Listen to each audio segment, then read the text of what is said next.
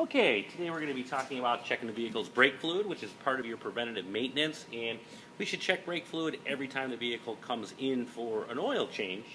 So let's go through this. Pretty basic, pretty simple.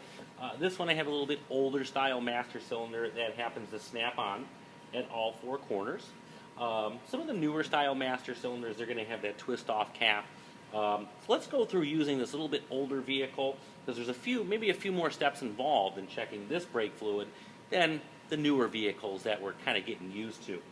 All I'll do is I'll simply lift up on each of the corners of this master cylinder cap, and I'm going to take the cap off.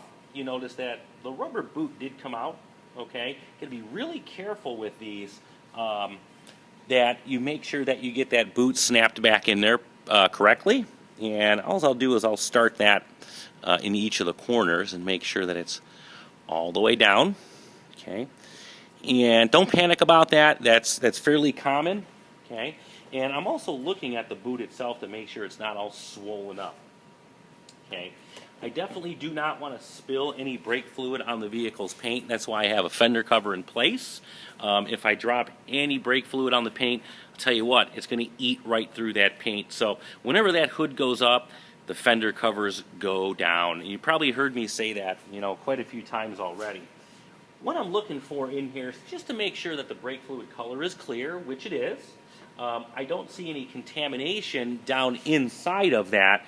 And I'm going to bring you in here just a little bit closer so I can get you a better view of what we're looking for inside of that master cylinder. Okay. And there we go. I see a little bit of dirt over in the corners there. Nothing really too much to get concerned about. Master cylinders that I check out, a lot of them are going to have a thick buildup of sludge down on the bottom there, and that's where I asked you to go ahead and wipe your finger right on the bottom of the reservoir, and you can see I left a little bit of an imprint from just wiping my finger there.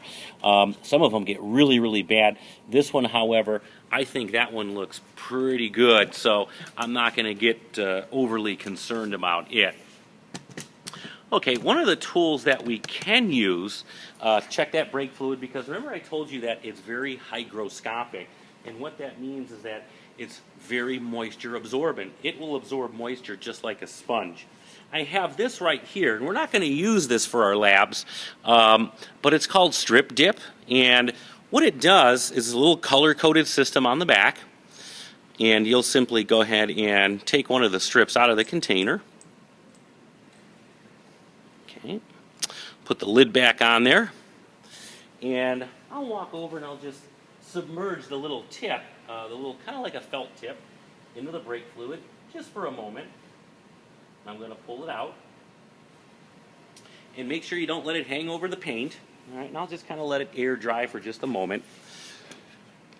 And what I'll do is I'm going to match it up to the color coding right on the bottle that it came with, and of course it gives you a little bit of a key here, and it says that on the bottle, if we have this color right here, okay, it means that brake fluid change is not necessary. So this color and this color, if it turns this dark purple, that means it's got a lot of moisture in there and you're due for change.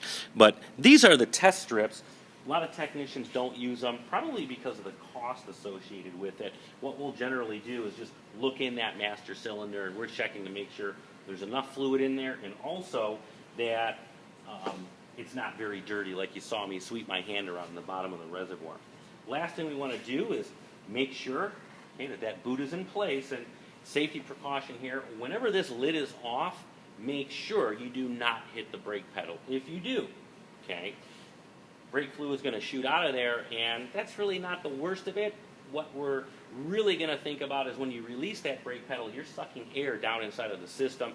That's going to reduce the efficiency of your brake system. So we'll put that cap back in place. And hopefully you heard those little clicks that were made every time I put one of the corners down. Make sure those corners snap in place. The brake cylinder is all sealed and ready to go back. Okay? So that's checking brake fluid. Again, it's one of your lab tasks, and we should check this each time a vehicle comes in for any type of service.